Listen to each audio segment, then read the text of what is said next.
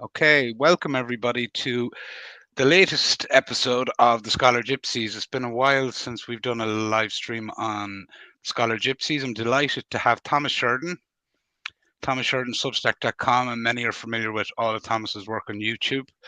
And John Waters, journalist, author, and I suppose co-conspirator of the Think Through the Looking Glass podcast with myself for the last 6 episodes. I've asked both Thomas and John to jump on here today to basically go through the Tucker Carlson Conor McGregor interview that took place, or it was released on Tucker Carlson's X channel yesterday at 6 o'clock. Now, one of the things, like the firestorm that has kicked off basically, and when you look at journalistically, when you're asking questions or writing about events, the traditional 5 Ws and maybe the H, the where W has really grabbed people's attention. And I have to say, I was quite shocked that and I assume it was Tucker Carlson's team that chose the location of the Grand Lodge of the Irish Freemasons on Molesworth Street or Molesworth Hall. This interview seems to have taken place. I found it bizarre location, I have to admit, but I don't want to spend, I would like to spend maybe 10 or 12 minutes talking about this element of it. It's got loads of traction on the alternative side and the mainstream side. But Thomas, I suppose you and me did a chat a couple of years ago on Irish Freemasonry. So what did you place, how much significance do you place on the location of where they chose to have this interview? I place very little significance on one aspect and possibly a lot of significance in another aspect, but not in the way that people are reading it in the terms of it's some kind of like cloak and dagger, secret handshakes kind of thing. In terms of renting a hall, these kinds of halls are very commonly rented out in the United States, and it was an American production company that rented it. You go to any town or city in America, they have Shriners Halls, Lions Clubs, Freemasonic halls, and they're often used for things like this. They're rented for this reason. It's how they make money. Now, Freemasonry in Ireland has been dying since 1922 because it was so, initially attached to things like regimental orders in the British Army, the Dublin Metropolitan Police, and the Royal Irish Constabulary, as well as the Dublin Castle Insiders. And since the 1950s, it's been dying all over the country. Numerous lodges have closed down. So they're not this powerful force in Ireland, like say they are in Scotland, where they're very deeply embedded in the police. We know that from the Drumlane horror, all the shenanigans going on around that. Here, they don't seem to have any power. The only Freemasons I've ever met were just kind of harmless types. They were just quite clueless, in fact, many of them. They were just like the local nerd trying to get, planning permission and that kind of thing. I never met any, I never got a sense of great power off any of them. Now, so on that sense, maybe it was just a production company said, well, he's staying in a hotel around the corner. This looks like a very nice place, very aesthetically nice. And like I said, it's very common to do this in America because they have all these different fraternities over there, and they do rent these halls out. That's the innocent side of it. That's where I would tend to initially have seen it, and kind of still see it in a way. Then there's another side to it as well, is that it was a kind of a clever send-up of sorts. It was designed to create this mass hysteria online for ratings. It was the jumping the shark moment, Fonzie and Happy Days kind of thing, that a producer or something said, why don't we throw a spanner in the works and do it in a place that will just get the maximum exposure? And the number two trending thing on X right now is Freemasonry in Ireland. So, it's kind of interesting. I don't think there was anything that so far nefarious, for the simple reason that I know the Grand Lodge of Ireland has no power. The days when it's a long way from the time when Daniel O'Connell was a member, Grand Master, in fact, and it's Also, a lot of people forget that many Freemasons died in 1798 for the Irish Republic. In fact, if it wasn't for Freemasons in the Grand Lodge in Dublin, they wouldn't have had been able to get the French army over via the Grand Orient in Paris. So, it's a very nuanced thing, very black and white. But I think there's an awful lot of hysteria at the moment about it like that. But I think that's, to use the old phrase, we're dealing with show business. Tucker Carlson is show business. This is show business. Trump does things like this all the time. Elon Musk does things like this all the time. These people from America are very clever people in how they play the media. They're the best in the world. They run the world's media because they know the little things that they know how to do the razzmatazz and the razzle dazzle, and they know how to get the maximum exposure. And I think this is show business. It's more show business than shadowy dealings, I think. As it stands now, I don't think so. It's anything. I haven't seen anything that makes me think it's dark. There's at least one comment in the comments there that totally agrees with that. It's Conor is show business. But I suppose, in a sense, John, if what Thomas is saying there has, it's an interesting thought exploration. The one thing you'd say is the end result here is that the meat of what was spoken about becomes secondary. And I think the meat of what was spoken about is the meat Thomas, you, and myself would all want kind of profiled at a much higher levels than they're being profiled at the moment. Yeah, I broadly agree with Thomas. I mean, it struck me at the beginning like that this is not something that they either Tucker or Conor would have gained from. In fact, it would have just been sabotaging the entire thing from their own point of view. And it seemed to me to be some element of a wind-up, knowing that they're dealing with an audience, and that's at least one part of it, a significant part of it, that kind of goes for this kind of bait, and it gets develops hugely elaborate theories about histories, and then we go in, and we've already been into the hand signals, and all this sort of stuff, so watch your hands there, boys, keep them down, because this is par for the course. But it's very interesting, one of the things that struck me about this is the Freemason Lodge that allegedly was almost burned to the ground on New Year's Eve 3 years ago by an anti-vaxxer, according to the Crimes, which ran a front page story to that effect and claimed that graffiti had been placed on the street outside, which proved this, that it was, they didn't show it, they didn't tell us what the graffiti said. We got a distant photograph of this blue paint, but we never got to know what was in the graffiti. And we never know what happened to the guy who was allegedly arrested, who allegedly fell out of a window and had to be taken to St. James's Hospital. And as far as we know, he's still there, or else he died and was buried quietly in somewhere, And and nobody's ever said, well, what happened to this story? And what happened to this guy? And what happened to this crime? Well, I can tell you that, I investigated it at the time, and I discovered from photographs and video that became available afterwards that the place where the graffiti was subsequently said to have been was actually blank at the time the fire was in train. So the graffiti was imposed after the fact, probably by members of our beautiful police force or some such allied enterprise.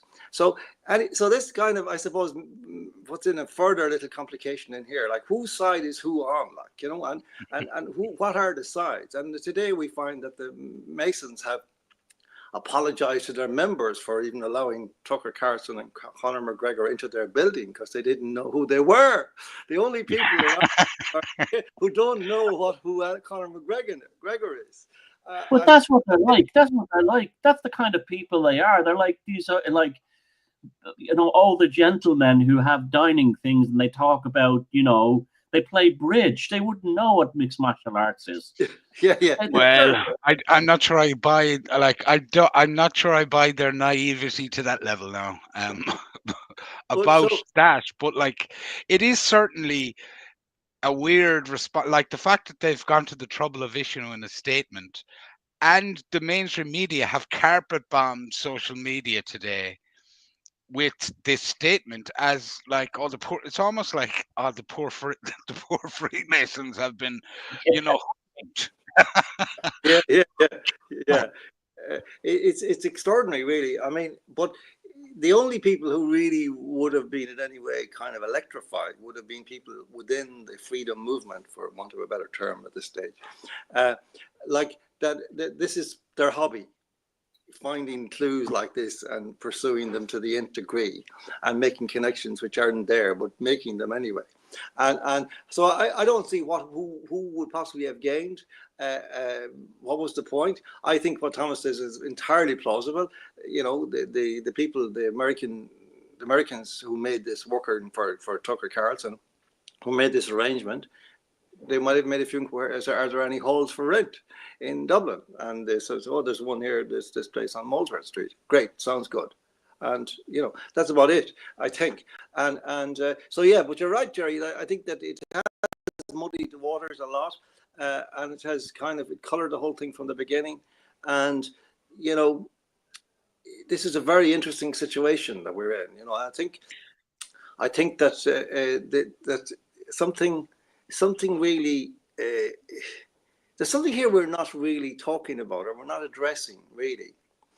In the exchange between Tucker and Conor McGregor, this thing about democracy came up a lot. You know, about, you know, Ireland isn't a democracy.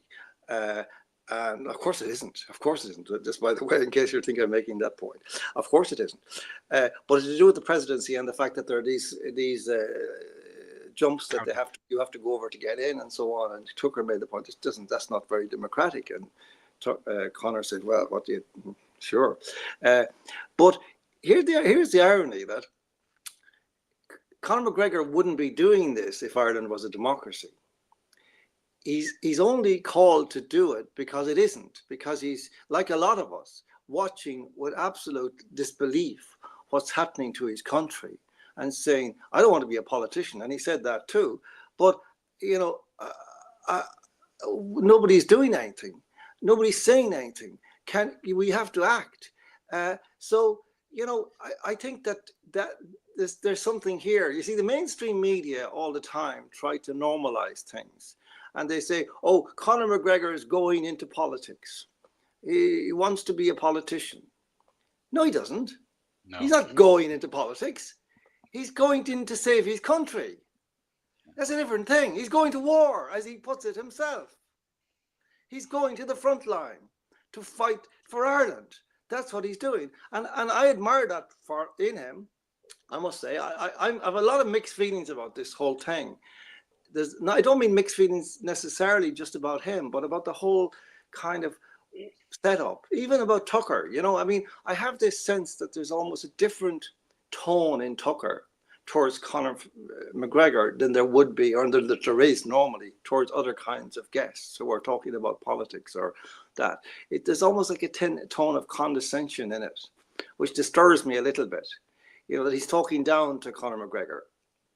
And you know, Conor McGregor is a smart guy. I mean, I think he could be better prepared for what he's doing, but I think he's a smart guy, and he knows. And I'm very impressed by his passion and his rage, and I share both of those, I hope.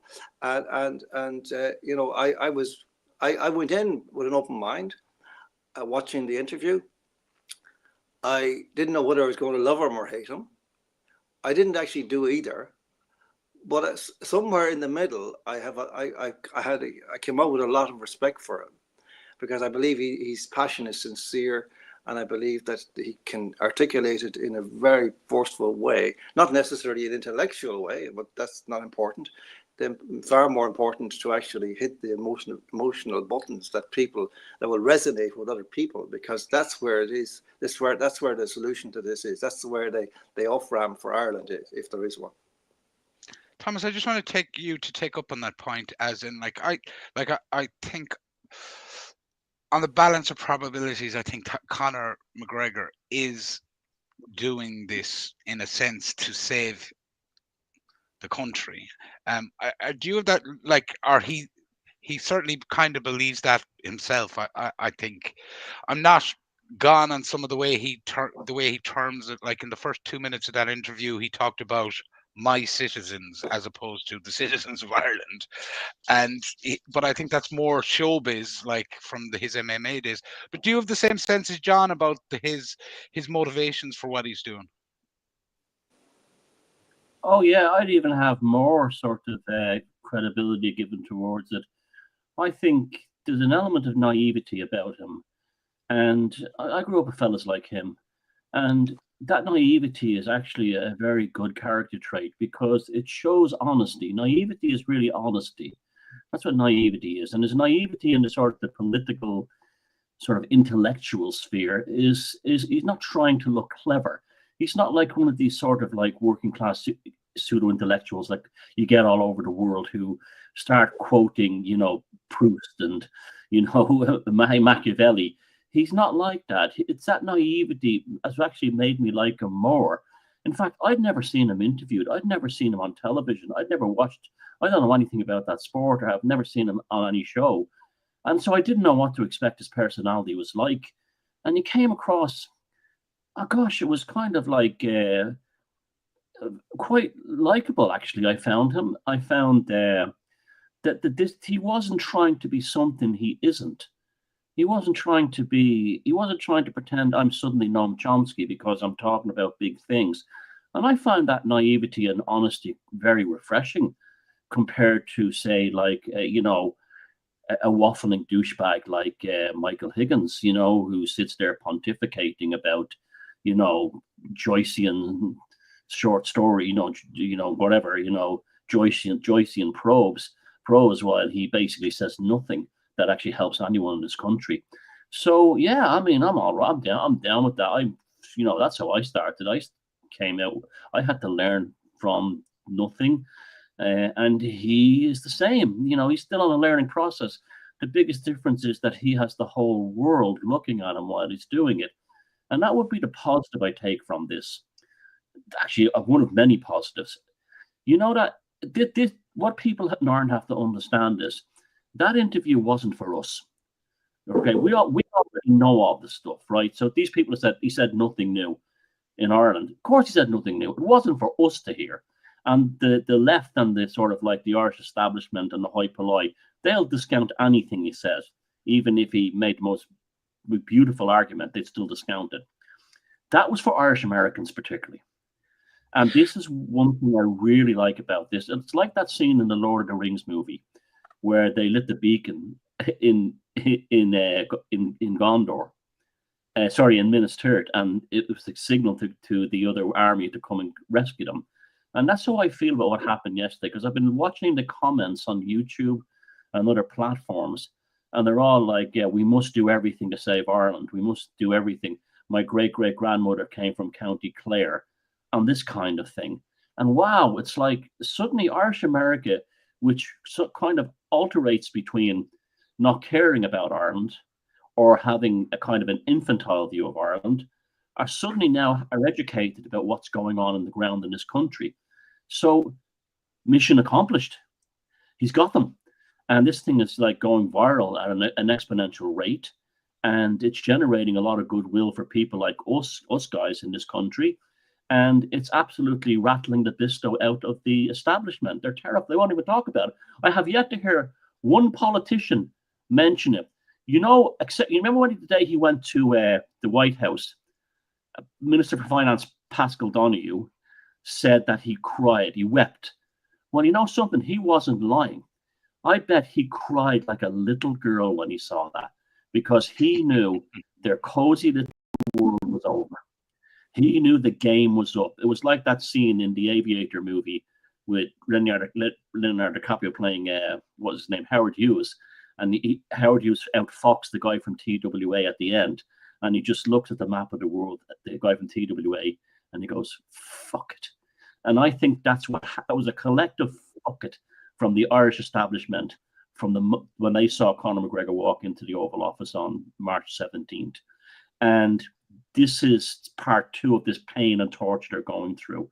So they have their usual hacks in the media, writing the usual hit pieces on him. But I've noticed they're very quiet about it. You know why? It's now become like it's now the horrible family secret of the Irish political establishment is that Conor McGregor, who now says the age of politicians is over, was in the White House on March 17th, and Simon Harris was outside, whatever, dancing with leopards. Look, we have to remember, guys, when I first went to America, Ronald Reagan, I was a young lad, and Ronald Reagan was president of the United States, and they had a St. Patrick's Day thing. I don't know who went over, and they had a fella dressed as a leprechaun doing a jig inside the White House. And I remember going, oh my God, that was the image they had of Ireland, right? A leprechaun doing a jig, right?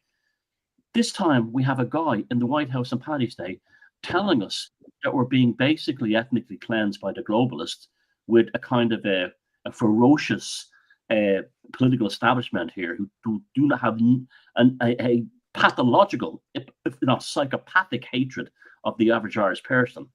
And that is a monumental shift that I've seen in my lifetime that can only be a very, very good thing.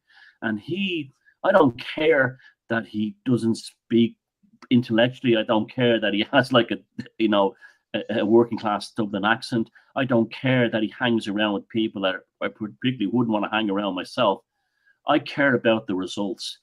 And yesterday, as far as I'm concerned, from people who love this country and live here, yesterday was a fucking major win in my books. Yeah, no, like Thomas, just before John, I'll jump in there. It's like I'd agree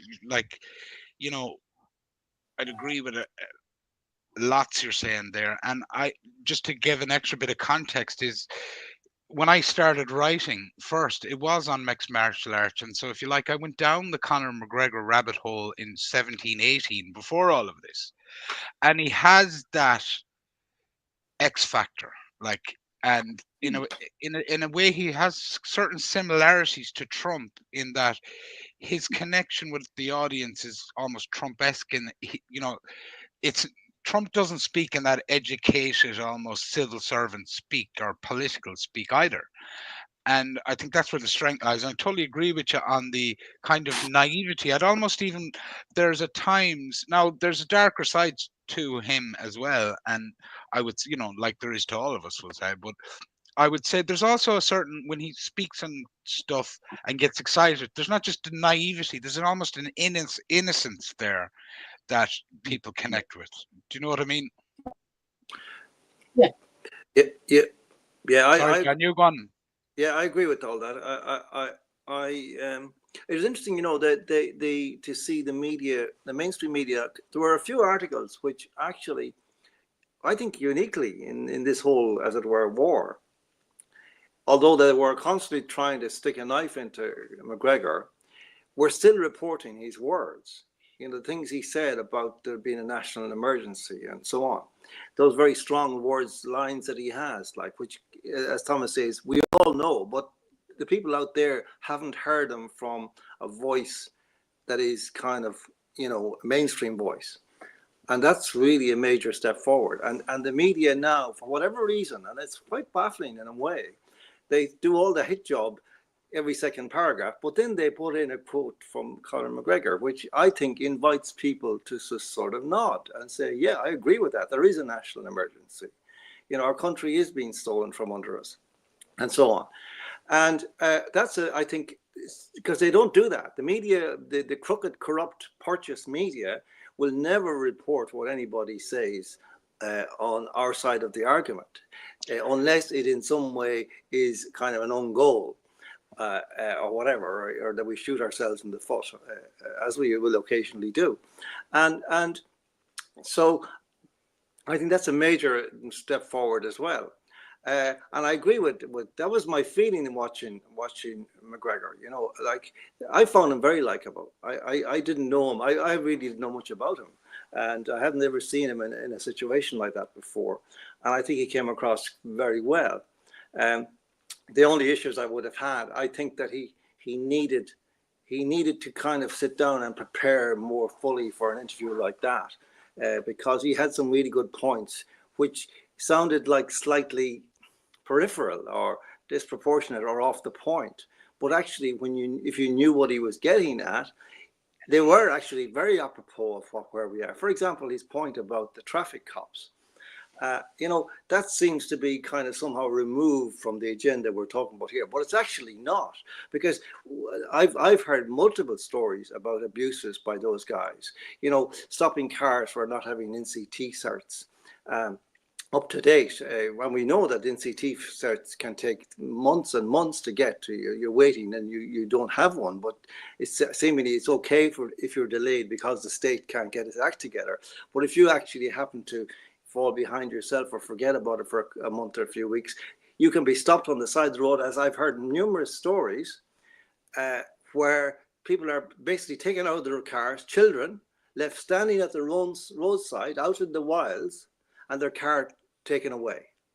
That is barbarous. Now, there are lots of more barbarous things than that happening in Ireland, but what it actually is a symptom of is the overreach of all state institutions, that they are basically running this country now as if it's their personal fiefdom, and that there is no law for them whatsoever, and no requirement for decency or courtesy or respect for anybody or for the law itself.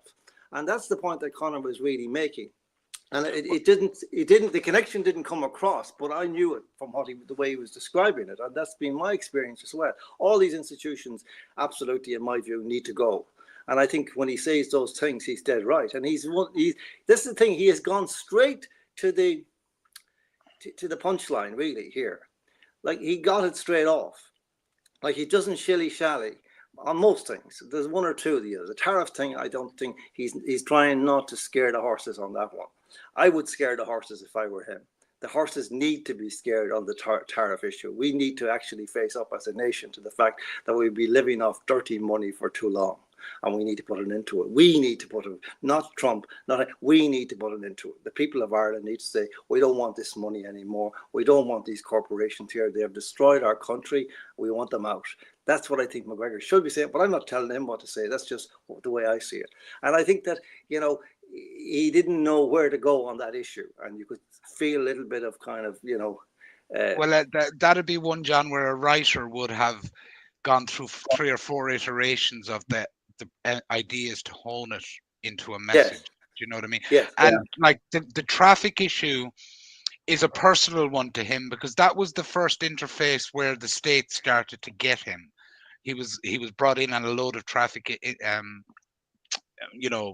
violations maybe 4, 5, 6 years ago.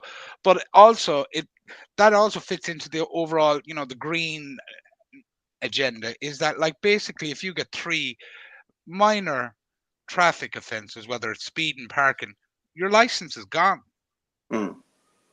So it's also a mechanism of, like, taking you out. Like, and I have personal experience of this over the last few weeks, is that 2 or 3 of these and you're off the road, and Yes. again your life is made more difficult. So I do think that is an interest. That area that he brought up there was actually more interesting, and he has an ability to come up with, even though he's not classically educated. Like, he had a line in the first 4 minutes of that interview that I thought was brilliant. He said he basically said the Irish are peaceful people, but we're not harmless. I went, Brilliant. brilliant. Like, do you know what I mean? Yeah. I think so. I think he had a lot of good lines actually in the whole thing. We go with God. And he's very open about his whole attitude to all these things, and I think he will resonate with a lot of people who won't necessarily be heard in these days talking about it.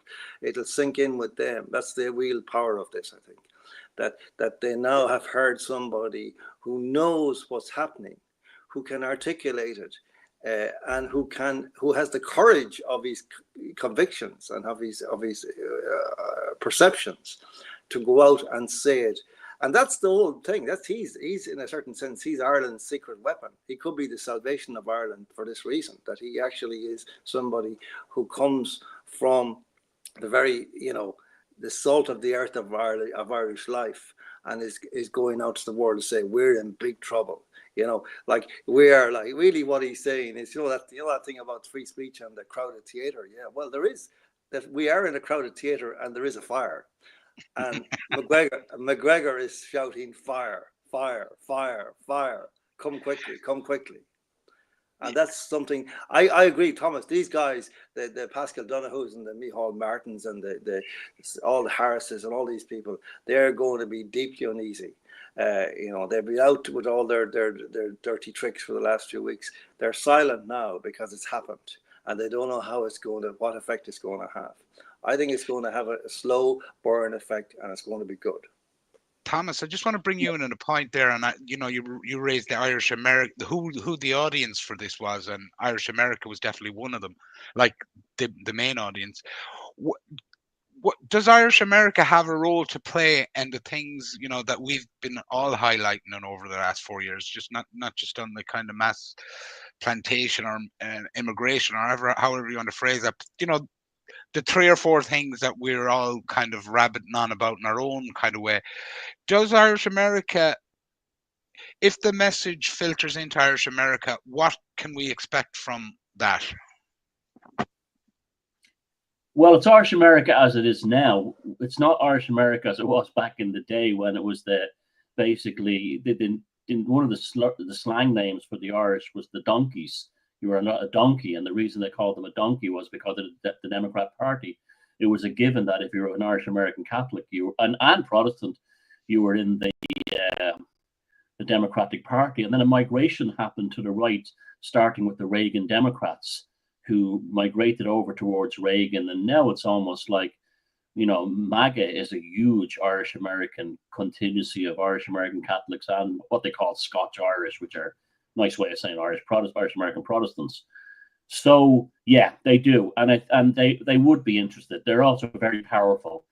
They're I think after Jewish Americans, they're the second most wealthiest demographic in the United States, most influential.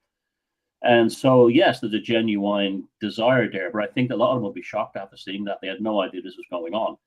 And that's what Conor McGregor was doing yesterday. That's what Tucker Carlson was doing as well yesterday. Let's give him some credit for doing this also. So that's what we achieved. That was what they achieved yesterday. And I think that was like the beacon was lit, and I think the answers will happen. And I've just been following the social media comments. I wouldn't be, in the past, you've had like Irish Americans, in and around the likes of the Clintons and that kind of crowd, who are just like, have now been exposed to some of the most appalling human beings that have ever walked the face of the earth. And so you're going to, I wouldn't be surprised in that right now if there were Irish Americans, putting together some kind of caucus. What this country never had and what it needs is a representation in the United States similar to what Israel has in the United States. That's never been done here for 2 reasons. Because if they did, the political establishment here would lose control very quickly, because they wouldn't have, they want a big fish in a small pond, right? I see Irish. I used to be the type of thing like in the last few years, I've changed my whole sensation of Irishness now. I see a diaspora. I don't see us. At a time, I would have made fun of Irish Americans on Paddy's Day and this kind of thing, but I now see that I was wrong to do that, and not in a nasty way. It'd be taking a piss, but not in a nasty way. Now I see that as the great and the phenomenal, and not just Irish Americans, Irish Argentinians, Irish Britons, Australians, you name it, they're everywhere. This is an untapped resource that our side uses very, very well, and we're very good at this media savvy thing. And I'll tell you why that is. Could you imagine the regime that we have in control here was around in the 1980s? We'd absolutely be like Ceausescu's Romania, or Pol Pot Cambodia. Maybe not genocide, but it would have been that kind of society. That's the kind of mentality these people have in this country, that are in the political establishment here. They are complete totalitarians. Now, and they talk about democracy, but if you vote for anyone that they don't want you to vote for, it's populism. They should be magically transformed into populism, which is supposed to be a bad thing. Now, we have been able to use the internet. Could you imagine if Elon Musk didn't know about the hate speech law? Could you imagine if J.D. Vance didn't know about the crackdowns on free speech right now? Could you imagine if Tucker Carlson didn't interview Conor McGregor, where we would be right now? We would be in hell. We'd probably still locked down somehow. We would be in hell. And Okay, he over-egged the pudding on the NCT thing, but that's almost like the NCT thing and all that stuff. That is like when someone has AIDS, you see lesions on the skin.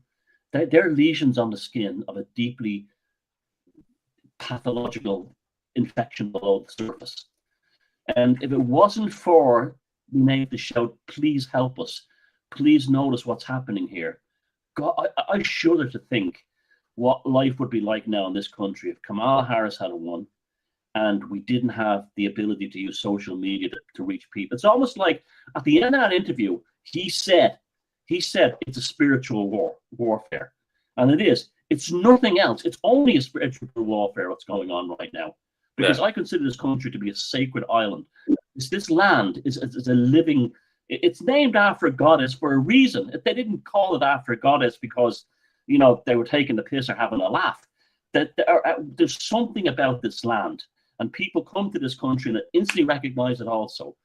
And that has a power that we're very fortunate to be able to tap into.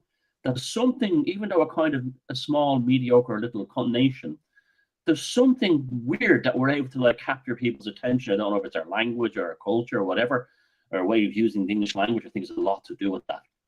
But there's a kind of an element of the world out there, and many of them are not even have any Irish ancestry, who they would want to protect Ireland, as almost like, no, leave the Paddies alone. They're all right. Leave them alone. I get that impression around the world. Leave them, and now they'll actually have a cause to go behind it. Yeah. And you know, I would hate to think what it would be like if we were not able to get the Tucker Carlsons, the J.D. Vances, the Elon Musk of this world to actually say, hold on, do you see what's going on in Ireland? I shudder to think what it would be like right now. Because as bad as they are right now, they would be utterly out of control and drunk on power if they didn't have the neighbors talking about them.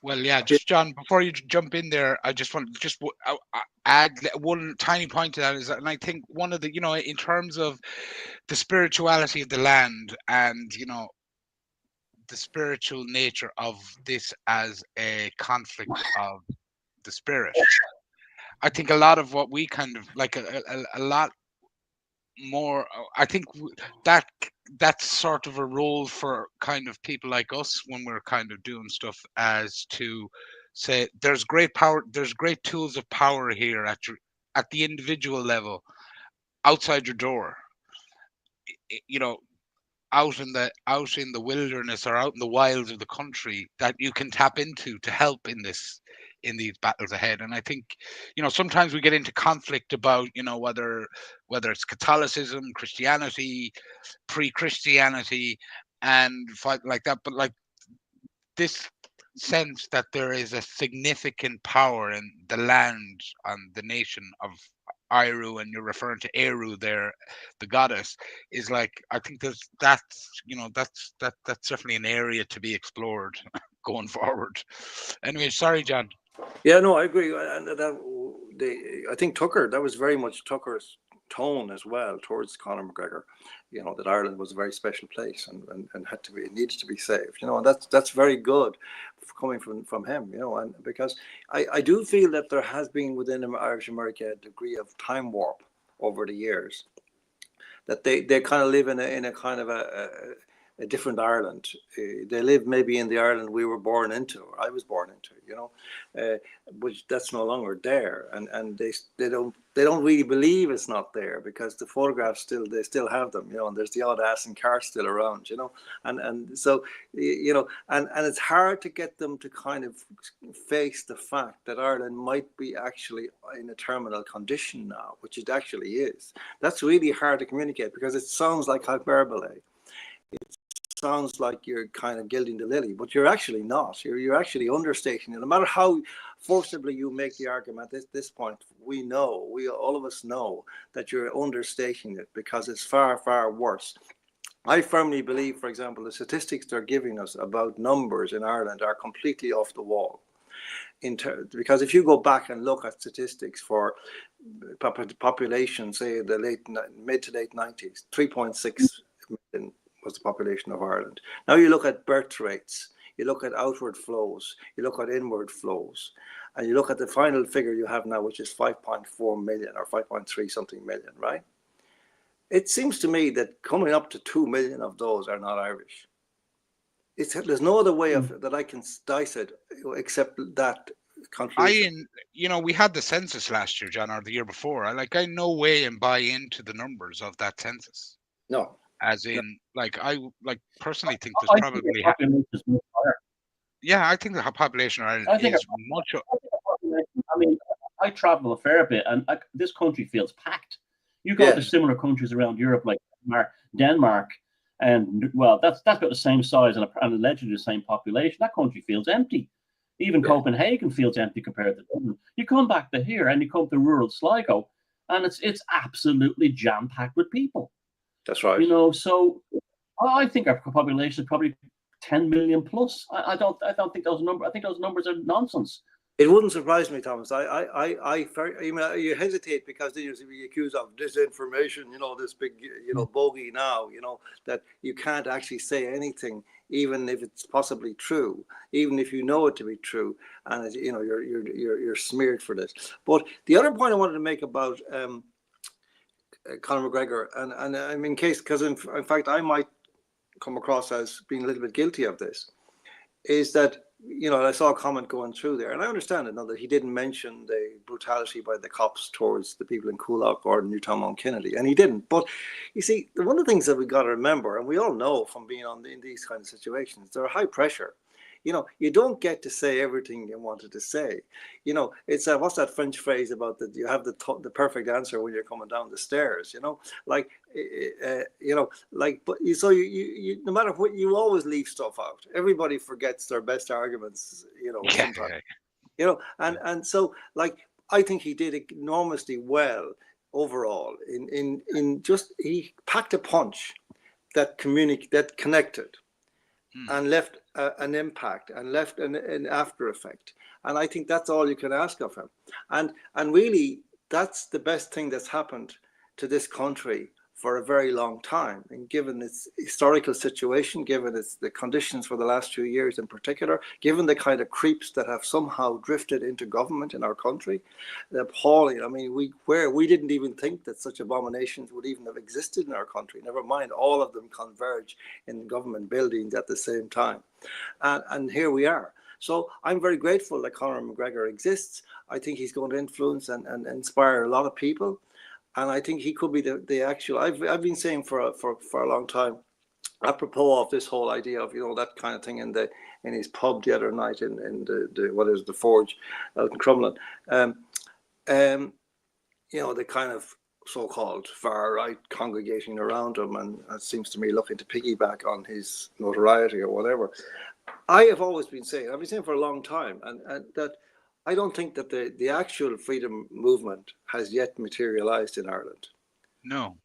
And this is, I think, this is the meaning of this moment. This is what they're scared of, really. Now, John, here's the problem. Here's the thing. Sorry to interrupt you there, but you just hit something there, because I think, it was good that Tucker Carlson came to Dublin, but we also got a chance to see behind the scenes in the days before the video was released what kind of how that operated. So when McGregor did the big invite to everybody to go to his pub, what you'd have to say in the aftermath is that pub was half empty. And any pictures that I've seen of the people that were there, so what that would say to you is that there's a disconnect between the power of what can be achieved digitally and actually the connection of getting people to show up. So I'd say there's a bit of work. I think he'll make a powerful impact in North America after what's happened, but there's a real body of work to be done now to see if that impacts, the people who we would need to join the fray in the numbers required to have a proper kind of freedom movement. Yeah, I think that's what it is. I think that, there are lots of young fellas out there who are going to be, affected by Conor McGregor's voice. who would have a high degree of admiration for him already in the sporting context, and who would be moved by the way he speaks, the way he holds himself, the passion of his delivery, his anger, which is real and palpable and matches mine. This is how you know when somebody's real. You know, you think, no, that's what I couldn't have put it better myself. And several times I interviewed, I felt that, yeah, he just hit the spot. You know, he hits the spots. You know, and so I think this is what they're scared of, really. You know, it is overdue to happen, something like this, because, you know, we live in a completely normalized context where everything is kind of fabricated, everything is kind of warped in its delivery, and so people are actually, you know, it's the extraordinary thing is that the Irish people, most of them, really don't know that they're living in a country that's been changed out of all recognition. They look at the landscape and it looks the same as it did 6 years ago. They kind of, the newspaper still had the same mastheads. RTE still has the same logo. But none of these things are anything like they were back then. Whatever the faults then, they are changed out of all recognition, and they are applied to an entirely different purpose to that which they had back then. They are applied to the purpose of demolishing Ireland, of dismantling Ireland, of destroying Ireland, and of putting something else in its place of which we still don't even know the name. That's what's happening. I mean, this is plantation. This is a replacement policy. There's no question about it. Anybody who says it's not isn't paying attention, or else they're being paid to say that it's not. There's nothing in Irish history to match this for horror, for awfulness. And I think that Conor McGregor's voice matches the enormity of that statement and that moment. And that's some achievement, you know, and in a way, I mean, I'm not in any way criticizing him for not being intellectual. I don't think that's important. In fact, in many respects, as Thomas implies there, he's better. Speaking from the heart is how this is going to be communicated, because that's what it is. It's a matter of the heart and the soul. Thomas, I suppose if we move from that, where does this move to now from this? Because we can see that the traction from the interview is, let's put it this way, the mainstream media don't have an ability to put a dampener on it. It's the second big statement move by Conor McGregor in the last month, the first being his appearance in the White House on March 17th, which is another massive platform to Irish America. Where do you think this is going, or where do you think he's going with this? In an energetic sense, because I don't have any real sense that the final destination point is Áras an Uachtaráin for him. That there's probably maybe something bigger here. No, I don't even think he was ever interested in the presidential thing. I think that was all a kind of a ruse, a big talking thing that's probably migrated over from his, his carry on before fights that boxers and do kind of thing. I think what's happening, the reason why we don't have this patriotic front like they have in France and whatever in Ireland yet, among, when I say normal people, is the normies, is because we have yet to experience the catalytic event, the ultimate catalytic event that will bring it into fruition. Now, the previous great catalytic event in this country was the execution of the 1916 leaders. That was a catalytic event that changed people overnight to say, oh, maybe these guys are pretty amazing after all, and they did have a point.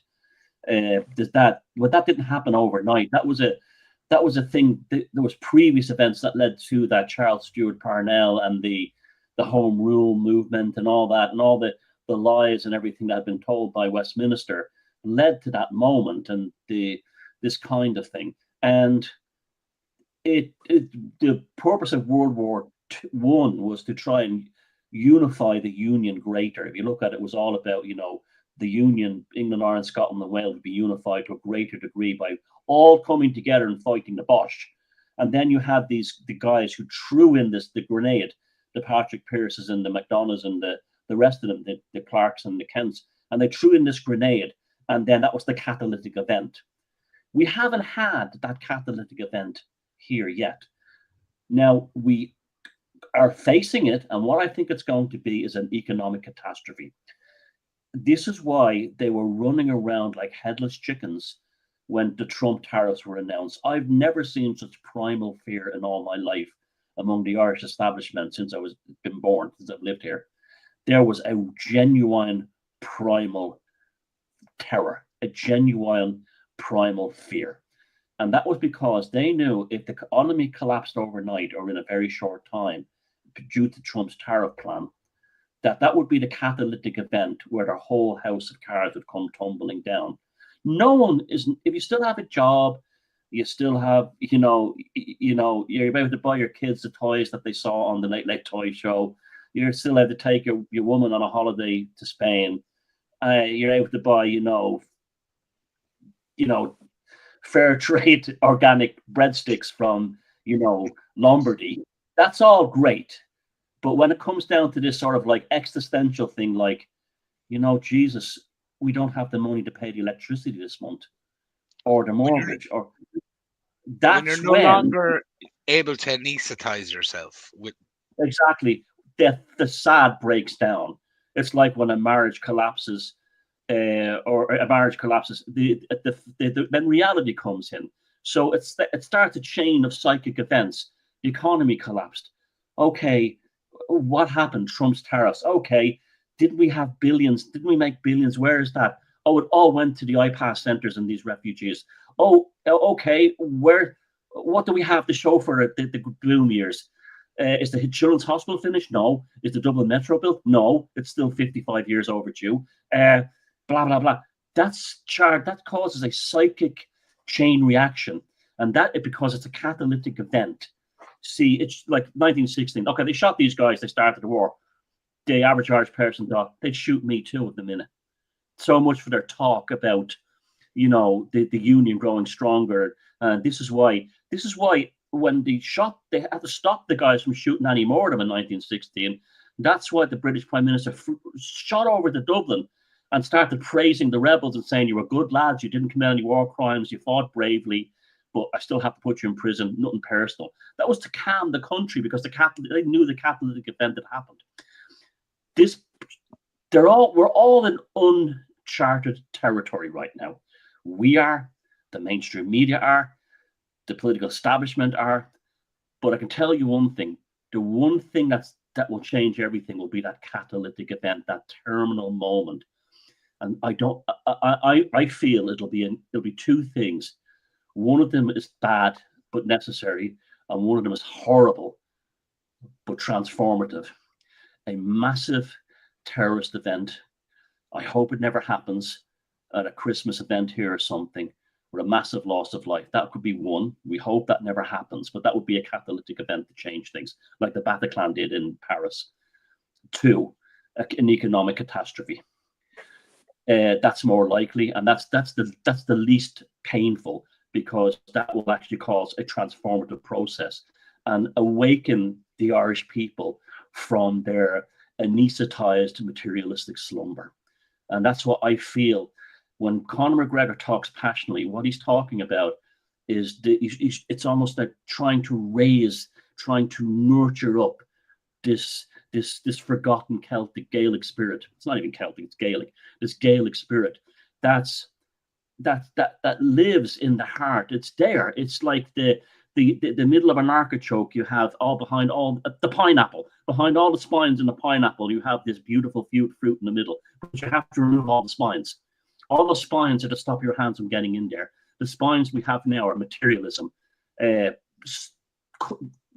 materialistic culture, shit media, shit politics, and a poor excuse for democracy. Okay, and how that catalytic event will change is I don't think it will lead to new political parties. I don't think that will work. It will weaponize the cute whores in parties like Fianna Fáil to say, you know what, we either go with this populist movement or we're screwed. And I think that's where, if there is, Rudolf Steiner said, if there's hope for Europe, it's in the Slavic people, which is kind of coming true now, isn't it? If there's hope for Ireland, it's in the unresolved cute whores who are still in parties like Fianna Fáil and will say, you know something, we're committing suicide here as a party and a political system and a democracy. And them waking up. And you know something, I wouldn't be surprised if all around this country, at all these Fianna Fáil events, there's huge rows going on. And we're just not hearing about them. John, what do you think of that? Well, I completely agree. I think we're at a crossroads for democracy really now. I mean, I've noticed in the recent past, there's been a lot of talk from various quarters from people proposing that democracy is finished, doesn't work. And we need to kind of basically look again at things like monarchy and dictatorship even, and maybe get over our prejudice about this word. I don't know about this at all, because democracy has never really been tried, you see. And I think we're actually coming into a phase now. I think that if the populists in power have any long-term function, what they must do is restore democracy. And there are certain key elements of democracy which definitively need to be fixed. One is the party system, which just doesn't work. We have to keep the parties away from the political system itself. And we have to ensure that the party whip has to be basically outlawed everywhere. Each individual representative who is voted in by constituents should be allowed to vote according to his conscience or his delegates, his instructions or his implied instructions from his voters. But moreover, the whole effect of money within the political system needs to be rooted out.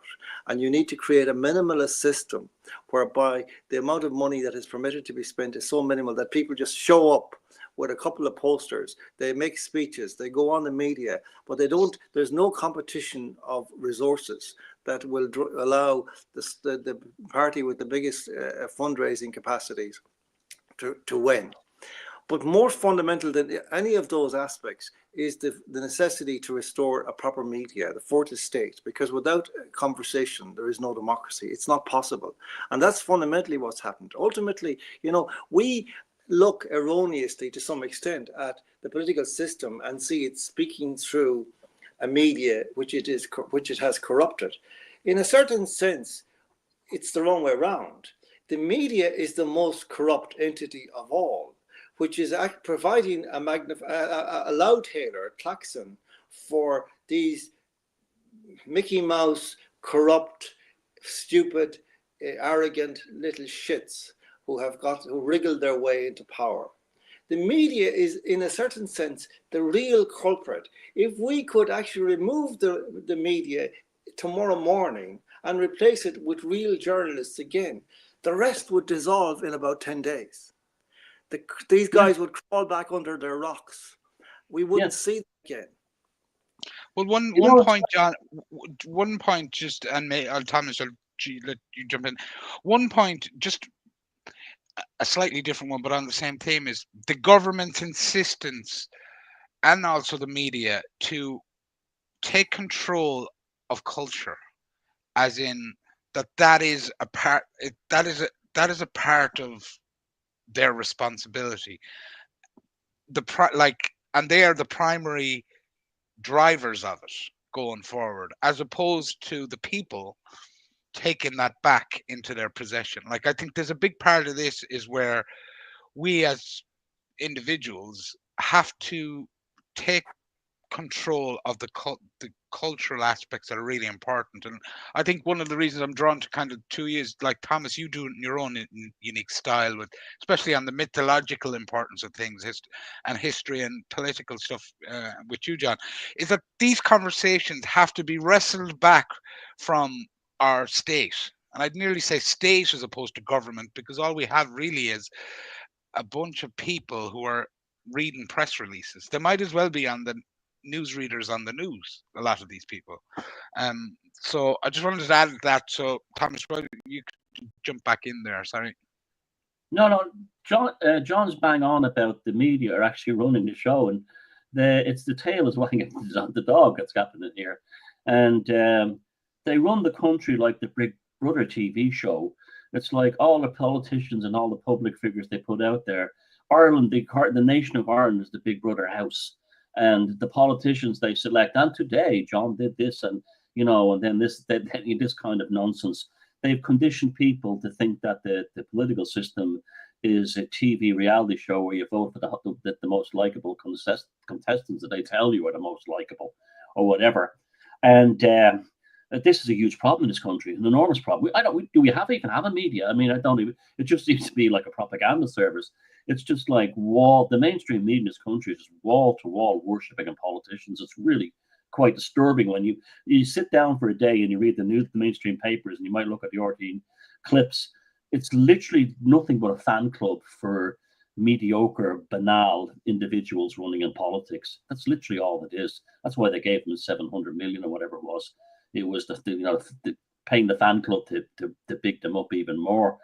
Yeah, I mean, we did. This is another thing we could definitely do with a kind of.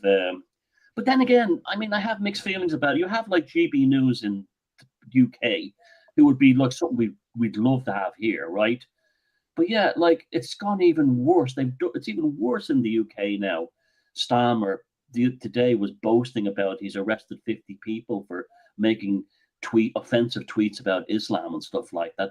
It's gone completely psychotic over there, mainly because their government has much more power on the world stage than our one does. They'd be just as bad here if they could get away with it. Yeah, I think all this, the mythological thing, this is a very Jungian kind of Joseph Campbell thing. And Conor McGregor, to his absolute credit, has targeted this unresolved Gaelic soul beneath the surface. That's a very powerful archetype that is a weapon that should be used. And and it doesn't get enough credit for lots of reasons, but it's there. It's James Joyce spoke about he was trying to bring to consciousness the unspoken consciousness of his race.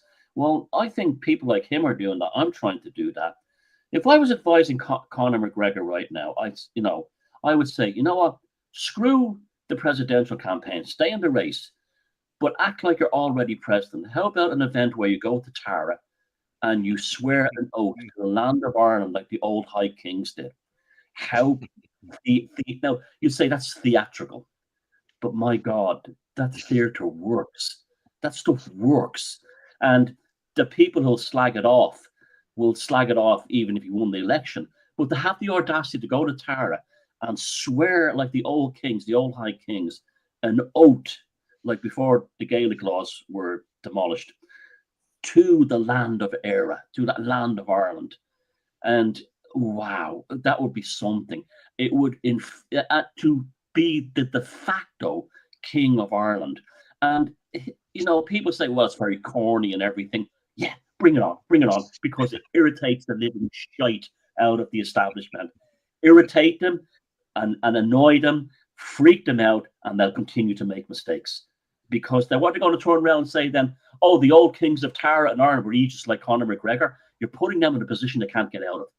They can't get out of. They can't. So if they insult that event, they're insulting the soul of the Gaelic people. You constantly play them into corners with this stuff that they can't pull their way out of it. I mean, the classic one is the Book of Invasions. The Book of Invasions is basically a guidebook to say, you come to Ireland and try to take over and we'll fucking kill you. That's the Book of Invasions. That's our most sacred mythological text. And they hide that. They don't want anyone, to know about that. You've ever seen them tell us about like when the tax collectors, the Fomorians, came to Ushnock, what Lou and Luada did to them. They killed them, and sent their heads back. That's in the mythology. These are powerful things. They're there, and so we have, so he's a sort of a larger than life superhero in the MMM thing, especially in America. Conor McGregor, become Cuchulainn, become Finn McCool in a psychic and a symbolic sense, and irritate the living shit out of the establishment. Please do it. You have my full support, and be as outrageous and outlandish about it as you want. Great. I agree. Brilliant.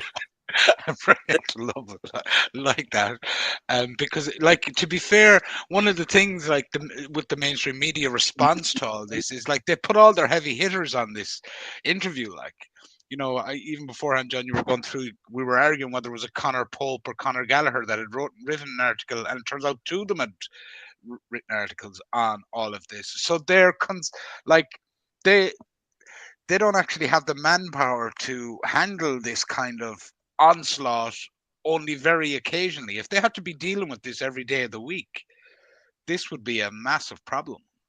Well, I see the fact that they've already done away, or they're talking about doing away with their elected mayor of Dublin, precisely because Conor McGregor might just run for it. That's an amazing thing. Like, I mean, that's basically a surrender in the face of what Thomas is talking about. This new monarchy of Ireland, and I completely agree. I think this is, the media.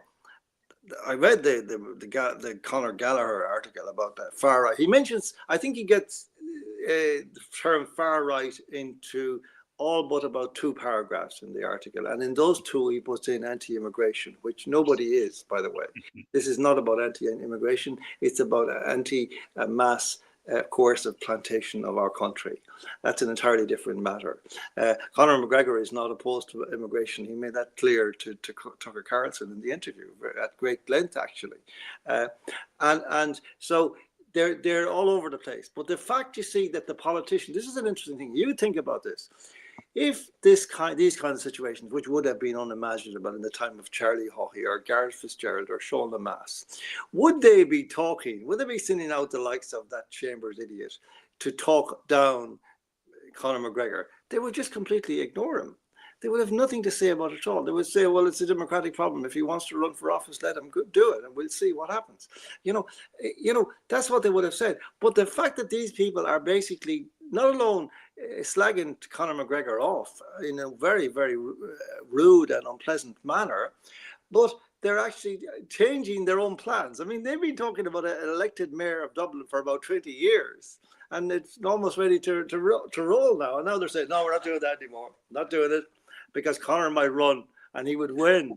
And then which is very revealing, because basically what they're saying is, oh God, if we have an elected mayor, we won't be able to control who's elected mayor. Yeah, that's right. And we can ready up the presidency for sure, but we can't ready up the mayor. And that's a very interesting admission by the government. But again, democratic values, this sort of shite like that you have to listen to all the time for these kind of guys, like, where the last things they are is Democrats. They have dismantled every last stick of our democratic institutions and corrupted the rest. Yeah, no, I agree. Good point to leave it on. Lads, we're running at an hour and 7 or 8 there, and we could probably run for a fucking 24-hour session here on something like this. But Thomas, I just wanted to finish up our chat with basically, I noticed that your social media channels had gone down during the week, and I suppose, one, how can, has that caused you any trouble, and how people can get in touch? Like, obviously, many know your YouTube channel, but stuff like this can be kind of, like, it causes disturbances to the flow of how you operate. So I was just wondering, had you anything on that? I don't know. It hasn't caused me any problems personally. I mean, it's kind of, I'm very fond of a lot of people that I interact with, and but just Twitter's there, so we go to Twitter. That's where we move to, and it's not my fault that Zuckerberg is a cretin, and now I'm with Elon Musk. They'll just do what I always done all my life. I'll just go to the factory next door and get a job there. That's the way I'm going to do it. And what's the problem? It's okay. I'm not going to cry about it. But no loss. That does Daniel O'Donnell lose his audience when he stops making records? I mean, it's like that, So we just move over somewhere else. Yeah, that's basically it. It was a hit piece. Was definitely a double down. Was definitely done on me, and there was definitely a pile on. They found something, and I'm usually very very cautious.